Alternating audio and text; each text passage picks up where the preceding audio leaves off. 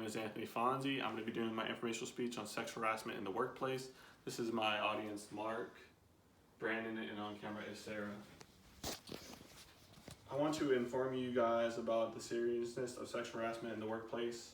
This problem faces individuals each and every day when they go somewhere that is supposed to be safe, the workplace.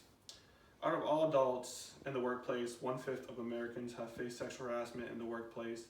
This leaves people hopeless and hinder working performances. There are plenty of resources out there on sexual harassment in the workplace because it happens all too often. It can happen to anyone of any gender or any race. Sexual harassment in the workplace is something that needs to be talked about more often in companies, as well as stricter guidelines for offenders of the company's policies. The companies talk about it and victims come forward, the more we can work to prevent such behaviors in the workplace. In order to take a stand and establish change on this issue, we need to talk more about the psychological problems and the fears that it instills in individuals. We need to also discuss the preventive measures for this issue.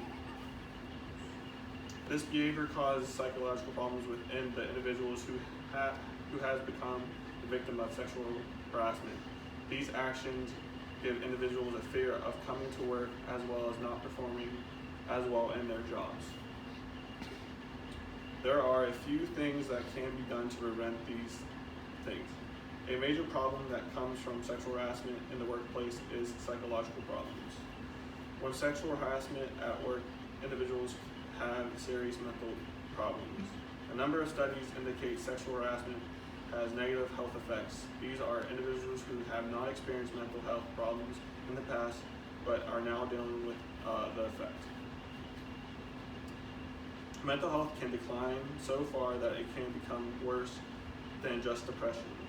Another major problem with sexual harassment in the workplace is the fear it causes an individual, as well as working performance suffering. Individuals can become fearful of coming to work, and their performance can suffer due to this. Many individuals fear going to work when they have to work with individuals who sexually harass them. The preventives of sexual harassment come in two forms: the employer and the employee. The employer are a critical part in preventing sexual harassment.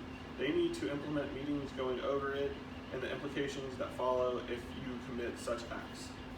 Employers need to also have training for employees, as well as what to do if it occurs. The employees are responsible for preventing it in the workplace. They need to report it if it happens. Another thing, if employees witness an act of it, they need to report that also. It is very important to understand how bad sexual harassment is in the workplace. The psychological problems and the fear that is instilled in an individual, and the loss in production at the workplace shows how bad this problem has gotten and continues to get. We need to take a stand against the issue and create a safer work environment for individuals to feel safe at work while being the best that they can be every day, or this problem will continue on for years to come.